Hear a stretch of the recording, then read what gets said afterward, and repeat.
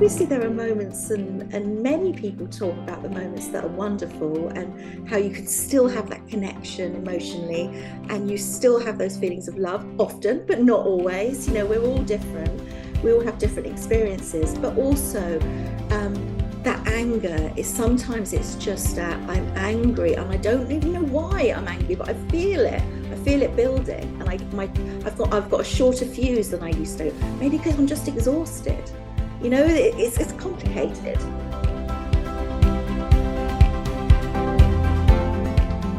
Good afternoon, and welcome to everybody that has joined us today, and we're really pleased to have you here on board. My name's Jan Fellows and I'm an associate practitioner with DCC. My background, very, very briefly, is as a facilitator and coach with DCC. I've been working for over 20 years now as a coach, and I've got experience of working with groups and individuals on a one-to-one. But enough about me. I just want to say anybody who's previously watched any of these wellness live sessions will be already familiar with my co-person today, and that's Dr. Gemima Fitzgerald. But for those of you that might be new to DCC and this is the first time you've watched a Facebook live session, Gemima, would you like to do a brief introduction of yourself and tell us a little bit about you and then a little bit about what we're going to be discussing today? Okay, thanks, Jan. Yes, so I'm Gemima. I'm a clinical psychologist, and I've been involved with Dementia Carers Count for a long time, since about 2017, so several years. I was involved with the writing of all the resilience content in the courses that we used to run face to face. And now I'm still involved with the charity and really love it. And I've worked in my initial background was in palliative care, so working in hospices and palliative care with people with life-limiting illnesses, including dementia. But since then I've gone on and worked in lots of different areas. And my doctoral research was around resilience, so how we cope when times are really, really tough, how we can learn as we go through it, what we can learn and how we can survive it and get through it and even grow as people. So that's a bit about me. Brilliant, thank you so much. So as always, please do send in your questions about whatever we're discussing. We'll always try to answer them. Please bear with us. It's not always easy to spot every question, and you can send a private anonymous message if that's how you prefer to do it. That's absolutely fine. If we don't get around to discussing the exact thing that is pertinent for you in this session, then we'll, we can spend some time either at the end of the conversation, or you can always get in touch with DCC at any time with your queries, your concerns, your questions, and somebody will get back to you on those, and we'll give you details at the end of the session on how to do that. So let's get into today's session then, which we're looking at the feelings of anger and resentment today for carers. So Gemima, I know you'd like to start this session by talking about why it's quite normal for carers to often feel anger and resentment. Yeah. Tell us a little bit about that.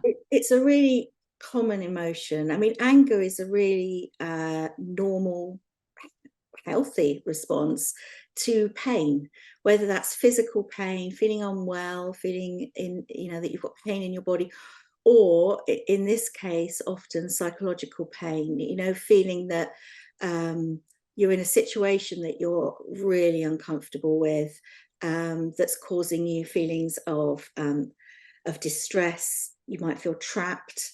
Anger is a really, really big part of a loss. So anyone who's experienced loss in life, anger is often a big part of the emotional response. And we know that anger is a part of grief.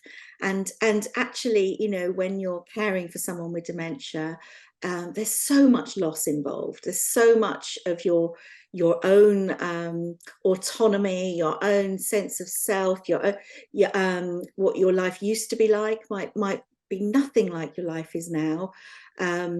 There's loss in terms of the relationship. There's fear of loss in the future. So there's so much loss and grief associated with it that the feelings of anger and resentment are really, really to be expected. Not everybody feels it. So it's not that if you're not feeling it, then that's nothing to worry about. But it is very, very common. And that feeling of I didn't choose this situation. Of course you didn't choose it. None of us would choose to be a family carer of someone with dementia, but you've been placed in this situation. Of course, a natural response to that is often anger. And also, I guess it's a feeling of, many of people watching here now will be aware of the fight or flight response. When we're feeling under threat in some way. So that might be physically under threat, like, you're feeling unsafe in some way, or actually a psychological threat, feeling trapped, feeling angry, feeling that feeling that you don't want to be here, you want to run away. That fight or flight response is really common. And the flight part might be, I literally want to run away, or get me out of here. But the fight can often be a sense of anger and even aggression, feeling irritable. There's all sorts around it. But I suppose that's the first part to say, is that frustration, anger, resentment is so normal. There's nothing wrong with you if you're feeling it. We're going to look today a little bit at a bit more about that, and also what we can do about it too, to sort of support it. Because if it can be quite a destructive emotion to have, can't it, Gemima? If you kind of don't know what to do with all of that anger and it's just all pent up, it can be quite destructive for the individual who's feeling that, can't it? Yeah, really destructive. And you know what? I learned a very interesting fact several years ago, and I'll share it with you today, is that emotions, we all know that we as human beings will experience a range of emotions. So we experience happiness, sadness, disappointment, anger, joy, relief, all these different emotions that are part of being a human being actually are, if we can sort of think of them in terms of like almost like an energy flow that comes into our body. Each emotion actually only lasts 90 seconds. When you have a trigger, something happens in your day and you might feel really irritated, something's just wound you up. That emotion of irritation, anger, actually only lasts 90 seconds. Now, as I'm saying that, I'm sure everyone is listening thinking, well, not my anger. My anger lasts a lot longer than 90 seconds. Mine too. But the reason it lasts longer, if it does last longer, is because we fuel it with our own thoughts. So the actual trigger and then the emotional response is literally 90 seconds. It's a rush of an emotion, a feeling. But then what we tend to do as human beings is we fuel it with thoughts of, I can't believe I'm in this situation. I hate this. We start talking to ourselves in a way. We might remember all the other terrible things that have been happening to us this week. We might think about how unfair this situation is, which it probably is.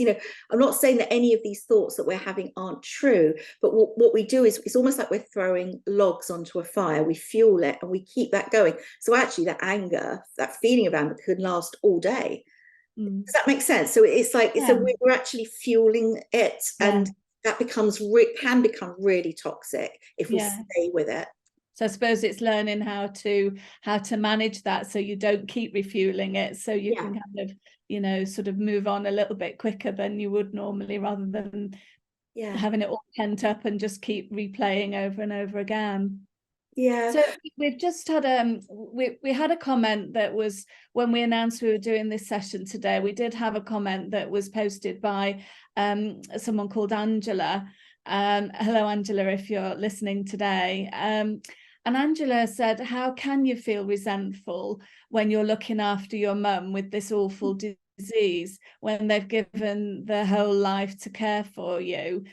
She says that love has no boundaries, and yes, although it's really hard and it's exhausting, but more so very sad. So I don't know whether that means she is feeling resentful but doesn't know why she should be, or whether she just doesn't understand how some people can feel resentful when this is how she views it. Absolutely. And, you know, and either way, I totally get what she's saying. You know, for many people, you know, they don't feel resentful, but they might feel that it is exactly what Angela's just said. It's repaying all that love, and I'm nothing but loving in this situation. And that's wonderful.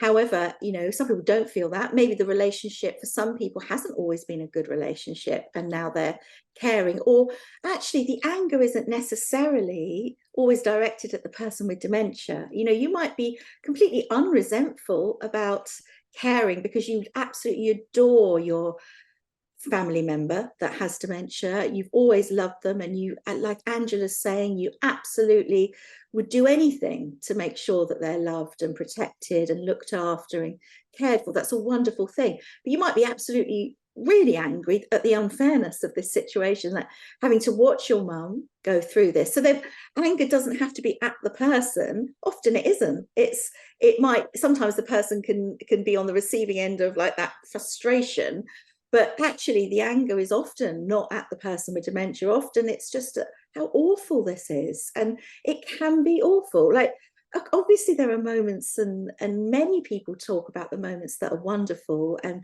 how you can still have that connection emotionally, and you still have those feelings of love often, but not always. You know, we're all different. We all have different experiences, but also that anger is sometimes, it's just I'm angry and I don't even know why I'm angry, but I feel it building, and I've got a shorter fuse than I used to, maybe because I'm just exhausted. You know, it's complicated.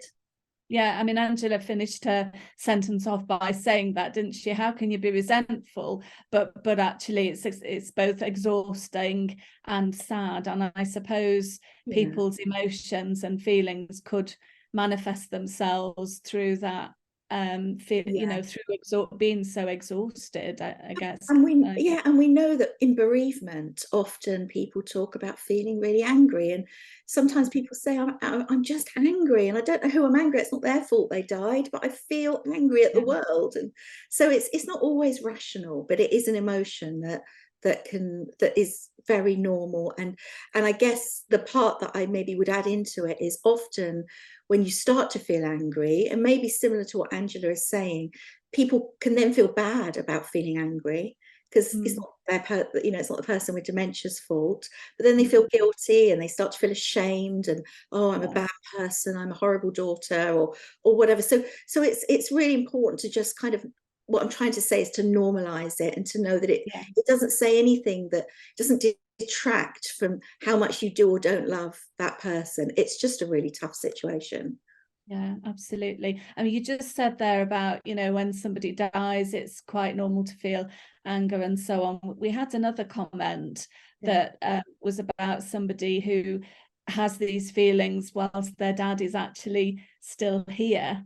So this anonymous comment that we've had in said, more and more I find myself losing it with my dad. I know I shouldn't shout at him, but it's getting increasingly difficult not to. And I feel really awful. And he sometimes doesn't speak for hours after that. So it's so something about managing the anger and resentment actually with that person still with us, isn't it? Yeah. I would say to that person who said that you're not alone. Like, lots of people experience what you're experiencing, and then feel really bad. And you know, the fact that you're feeling guilty about it is because, you know, obviously you don't want to behave like that, but it's in the moment. In terms of how to kind of deal with that, the first thing to say is that it doesn't mean you're a bad person. It means you're probably under a lot of pressure, a lot of stress, and partly that's because you care. You know, if you were a paid carer and it was your job, it wasn't someone that you was in your family, for example, you might not have those feelings. You know, you probably wouldn't. But it's because when it's someone in your family, it touches different nerves, and there's more grief associated with it. I would say just to start to be curious about that anger, because what we know about anger is actually it's a secondary emotion. So often underneath that anger is something else. If you think of anger as a bit like an iceberg, you know, the top of the iceberg is above the water, and that's the anger. That's what you see, that feeling of anger, or the irritation, or the shouting, or whatever happens when your fuse is blown or whatever. But actually under the water is much, much more going on, and often there are some deeper feelings underneath the surface. So be curious about that. Actually, my sort of surface level emotion is anger, but what am I actually feeling underneath? And often it's grief or sadness or fear. You know, there's often a lot more going on. So try and be a little bit curious about that, and acknowledge it. Acknowledge that this is really tough. That's why you're feeling like this. It's really, really difficult. I would also encourage you, you know, not when you're absolutely having a really bad day, but in a calmer moment, to maybe try, if it's something that's happening quite a lot, is to actually think about what are the triggers of anger. Are there particular things that really seem to get to me? It could be that every time I'm having to repeat myself over and over again, that's the thing that gets me angry. It could be something to do with when I've had a really bad night's sleep. But I would just start to get a bit curious about what is making you particularly lose it, or snap, or shout, or whatever it is, because obviously you don't want to behave like that. And obviously, you know, for this person that's asked the question, you know, his dad isn't benefiting from that. So trying to find out, like, what is going on here. Don't beat yourself up for it, because I guarantee you there'll be other people listening to this that think, oh yeah, that's me too. Like, it's a really normal experience. But also, if you can, once you've understood your triggers, it could be that everything, or something, you know, all sorts of things are the triggers, but also start to look at early warning signs, because often we don't just snap. Often there's been a build up. So it might start off with, I started to just feel mildly irritated in the morning. And then I got more irritable as the day went on. And then a bit later on, I started to feel really resentful. Like, why am I here? Why am I having to do this? This is really, no one in the family is helping me. And the resentment started building. And then in the afternoon, I just snapped and shouted at my dad. So there might actually have been a bit of a build up that maybe you didn't really see in the moment.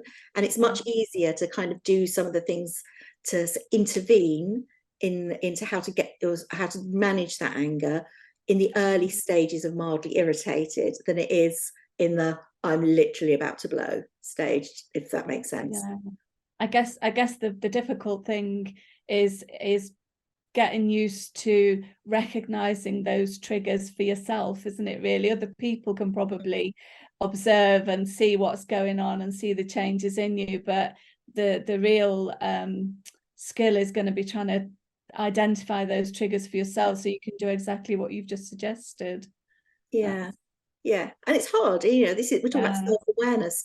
These are really good things to learn in life, to become more self-aware, but it's very difficult it's always easier to spot things in other people, isn't it, but we all have our own blind spots, or things we don't see in ourselves. But just sometimes taking that time to with a self-compassionate lens, to just look at yourself and think, okay, what's going on here? What is getting under my skin, particularly? What's my process? How do I get to that point where I've just really shouted? You know, what was the build up? That's great. Yeah. Okay. So we you know, I think we're all aware that it's probably not an easy thing, and you've just highlighted that to necessarily be rational when you're in a time of crisis, but it's perhaps good at this point just to remind people that have joined us that there is a carer support line that's always available Monday to Friday, 9 till 5, and it's free to call, and they can pick up the phone and speak to somebody. So if they can, it's not always easy to sort of get yourself out of that situation when the anger's starting to build, is it? So somebody is finding it difficult to do that rationalization for themselves. but they can feel that something's starting to build, and they can pick up the phone. It's free, and you won't necessarily get to speak to Gemima herself, but the number to call our specialists is 0800 652 1102, and we'll leave that number in the comments so that you can make a note of it if that's what you choose to do, and we hope you will have that number there as a go to should you need it. We've received another comment anonymously, Gemima, and this is about family members, I think, working together, supporting each other, or not, as the case may be. So this person that's contacted us said that I've received no help from my brothers.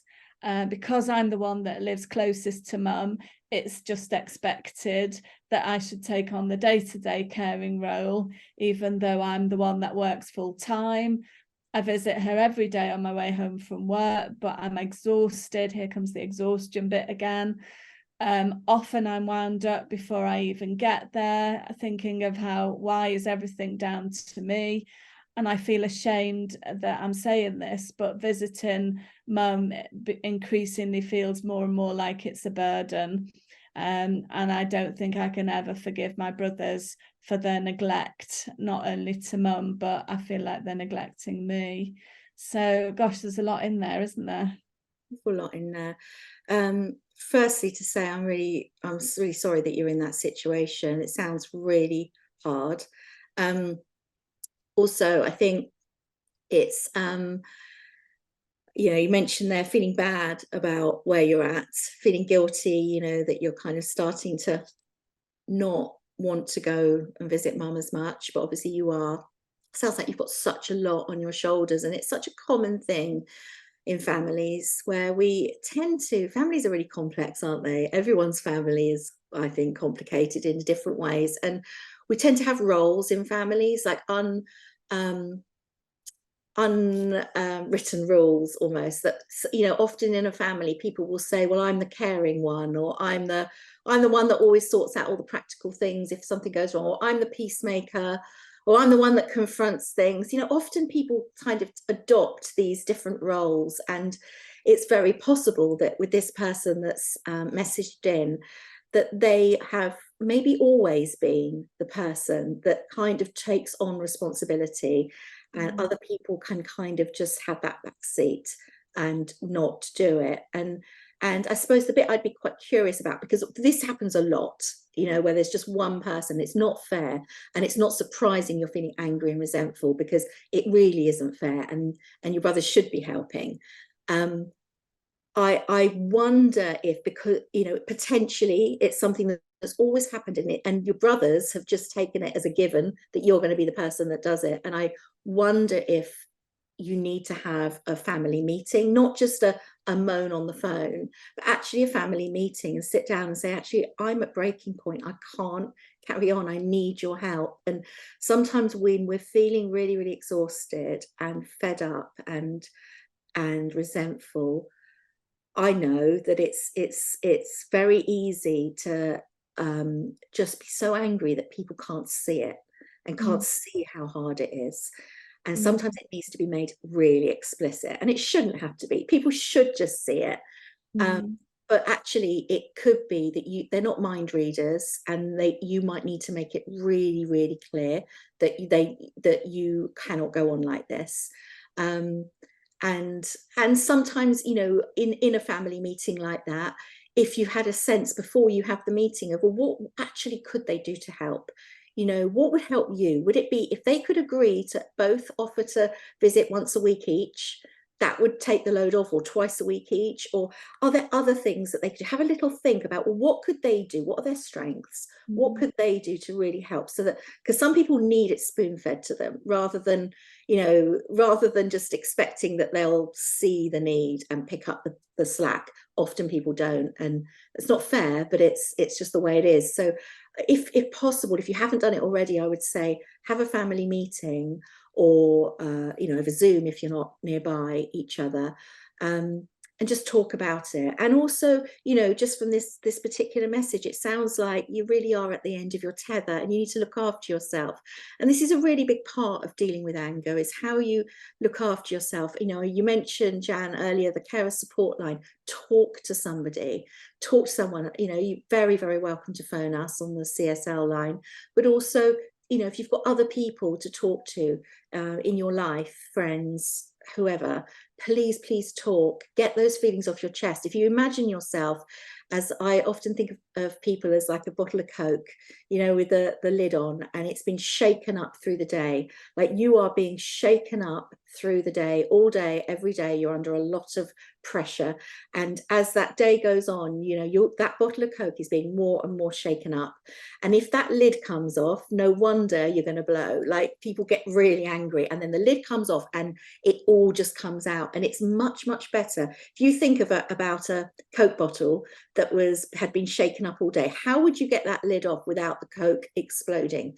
I'll tell you how you would do it. You would have to very slowly take the lid off, unscrew it really gently, just release a little bit of the pressure. And talking is often one of the ways to do that. Another way is exercise. Get out, go for a walk, do something to physically get rid of some of that pressure. You know, there's ways, like doing some nice deep breathing, even just literally leaving the room and counting to 10. Sometimes it's a really basic thing, but just give yourself a moment. So yeah, there are ways to try and release some of that pressure, because it's really hard. And what we don't want is a big meltdown and it all just goes wrong. It all collapses. Yeah, absolutely. Because that, you know, the one thing that, listening to you there, that I picked up from the question and or the comment and what you were saying is, you know, if the mum was still in a position to understand and could sort of look outwardly in at what was going on, the fact that this person is thinking that it might destroy the relationship forever between them and their brothers, how would the mum feel about that? I kind of, you know, that because of this situation, that could tear her, you know, her children apart. And that would be so sad, wouldn't it? You know, if it's preventable. Yeah. I mean, talking, if possible. I know in some family situations you can't even get people around a table. I do appreciate that. So it can be hard, but if possible, communication and actually saying how you feel and how hard this is and what you need from other people in an assertive way, not in a, you know, just being really assertive, but being really clear. That is the best way to deal with it. I know it's hard, but that is the best way if possible. Brilliant. Thanks, Gemima. So I've written some little tips down there from you. So talk to somebody, get some exercise, get some oxygen in your lungs and into your brain, deep breaths, count to 10. It's all going to help, isn't it?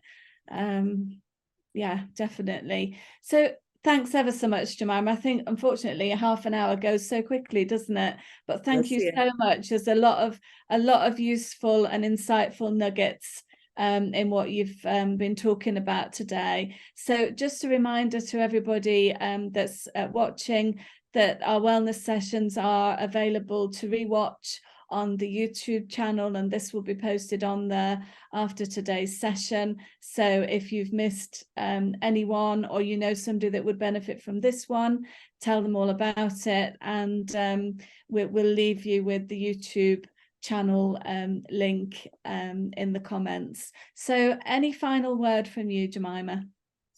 Final word, I would just say,